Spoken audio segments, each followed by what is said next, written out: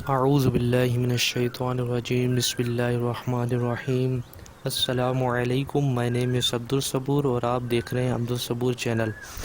दोस्तों, आज मैं बात करूंगा कि अर्थमेटिक ऑपरेटर क्या होता है और अर्थमेटिक ऑपरेटर को यूज़ करके आप सी लैंग्वेज में प्रोग्राम किस तरह बनाते हैं।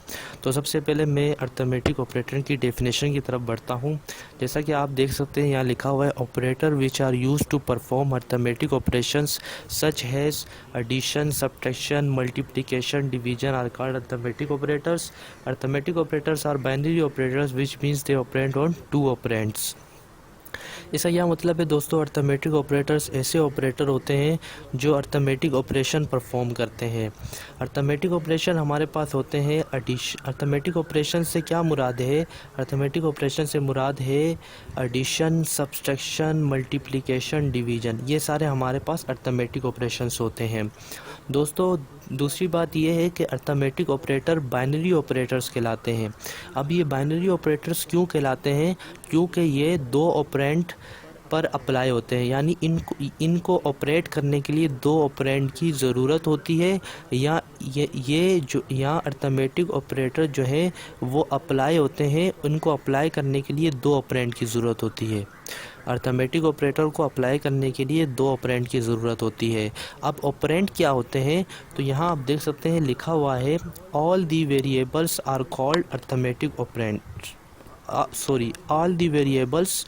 all variables such as a b c d etc called operand। जितने भी वेरिएबल हैं वो तमाम वेरिएबल ऑपरेंड कहलाते हैं। अब दोस्तों, जैसा अब मैं अर्थमेटिक ऑपरेटर को यूज़ करके प्रोग्राम बनाऊंगा। जैसा कि आपको मालूम है कि सी लैंग्वेज का प्रोग्राम बनाने के लिए बहुत से सॉफ्टवेयर यूज़ होते हैं, जैसा कि dev C plus plus, turbo. लेकिन यहाँ मैं डेफ सी प्लस प्लस को यूज़ करूँगा। तो मैं डेफ सी प्लस प्लस को ओपन कर लेता हूँ।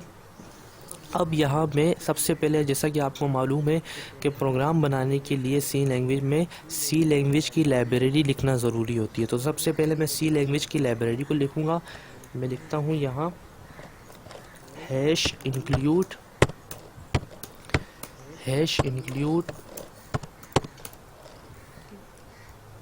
Greater than less than sign open studio.h और नीचे आके लिखूँगा। जैसा कि आपको मालूम है कि स्टूडियो का मतलब है स्टैंडर्ड इनपुट आउटपुट और .h का मतलब है हीडर। और नीचे आके मैं लिखूँगा मेन। मैंने यहाँ मेन लिख के स्मॉल ब्रैकेट्स को ओपन किया। ये देखें दोस्तों, यहाँ मैंने सी लैंग्वेज की लाइब्रेरी को लिख दिया है। अब मैं कर्ली ब्रैकेट्स को ओपन करूँगा। यहाँ मैंने कर्ली ब्रैकेट्स को ओपन किया। ओपन करने के बाद दोस्तों मैं एक कीवर्ड लेता हूँ इंट। दोस्तों, यहाँ मैं इंट कीवर्ड यूज़ क्यों कर रहा हूँ, कोई और कीवर्ड क्यों नहीं यूज़ कर रहा? मैं इंट कीवर्ड इसलिए यूज़ कर रहा हूँ क्योंकि जो मैं वेरिएबल लूँगा उसमें जो मैं वैल्यू स्टोर कराऊँगा वो इंटीजर होगी। जैसा कि मैंने आपको बताया कि तमाम वेरिएबल जो है ऑपरेंड कहलाते हैं। तो अब मैं वेरिएबल को यहाँ ऑपरेंड के पुकारूँगा। तो मैं यहाँ ऑपरेंड लेता हूँ ए और फिर इज इक्वल टू डाल के मैं इसमें वैल्यू स्टोर कराता हूँ 4। फिर कोमा डाल के दोस्तों मैं एक और ऑपरेंड लेता हूँ बी और फिर मैं इसमें वैल्यू स्टोर कराता हूँ 2। यहाँ देख सकते हैं दोस्तों, मैंने दो ऑपरेंड क्यों लिए? क्योंकि जैसा कि मैं आपको पहले बता चुका हूँ कि अर्थमेटिक ऑपरेटर बाइनरी ऑपरेटर होते हैं।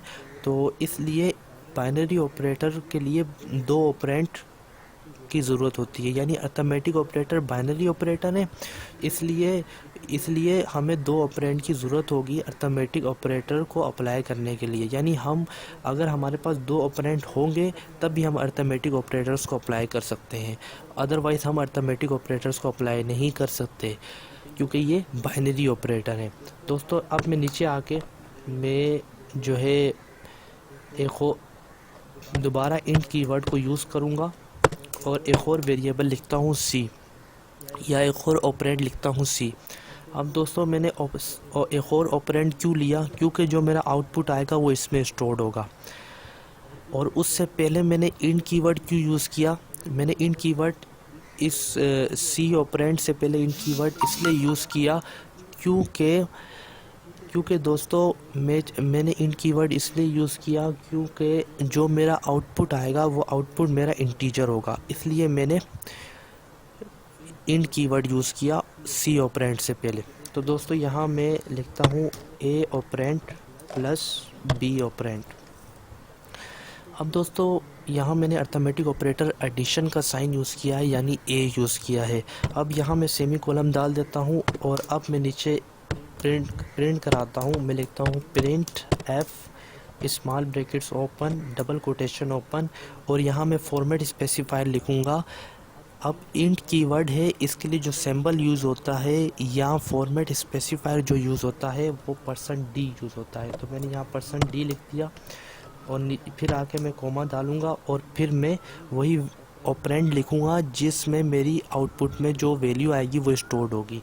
तो वो ऑपरेंड मेरे पास सी ऑपरेंड है, तो मैंने सी ऑपरेंड लिख दिया। अब सेमी कॉलम डालूँगा। अब दोस्तों मैंने एक मुकम्मल प्रोग्राम बना दिया है। अब मैं इसको रन करूँगा। जब मैं इस प्रोग्राम को रन करता हूँ तो जैसा कि आपको पता है कि ये कहते हैं कि आप पहले इसको सेव करें, तो मैं इसको सेव कर लेता हूँ पहले। तो यहाँ मैंने इसको सेव कर लिया। दोस्तों यहाँ मैंने इसको यहाँ मैं कोई भी नाम देके इसको सेव कर लेता हूँ। मैंने इसको सेव कर लिया। अब दोस्तों देखो, अब मैं देखता हूँ मेरा आउटपुट क्या आता है।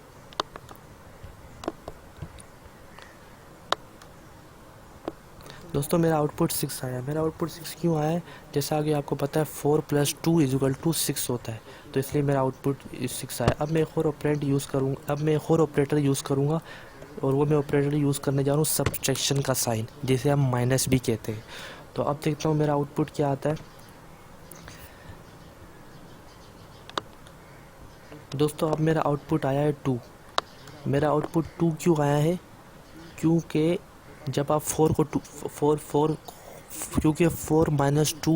= 2 होता है, इसलिए मेरा आउटपुट 2 आया है। अब मैं एक और अर्थमेटिक ऑपरेटर यूज़ करता हूँ मल्टीप्लिकेशन, यानी मल्टीप्लिकेशन का साइन। अब देखता हूँ मेरा आउटपुट क्या आता है। दोस्तों अब मेरा आउटपुट 8 आया है, क्योंकि 4 × 2 = 8 होता है, इसलिए मेरा आउटपुट 8 आया है। अब एक और मैं अर्थमेटिक ऑपरेटर यूज़ करता हूँ डिवीज़न का साइन, और वो सी लैंग्वेज में जैसा कि आपको पता है डिवीज़न का साइन जो यूज़ होता है वो होता है फॉरवर्ड स्लैश। तो मैं यहाँ फॉरवर्ड स्लैश को लिखता हूँ और अब मैं देखता हूँ मेरा आंसर क्या आता है या आउटपुट मेरा क्या आता है। तो दोस्तों यहाँ मेरा आउटपुट आया है 2। इसका क्या मतलब है? इसका मतलब ये है कि जब आप 4 को 2 से डिवाइड करोगे तो आपका आंसर जो आएगा वो 2 आएगा। 4 / 2 = 2। तो दोस्तों आज मैंने आपको बताया कि आप अर्थमेटिक ऑपरेटर क्या होता है और अर्थमेटिक ऑपरेटर को यूज़ करके आप सी लैंग्वेज में प्रोग्राम किस तरह बनाते हैं।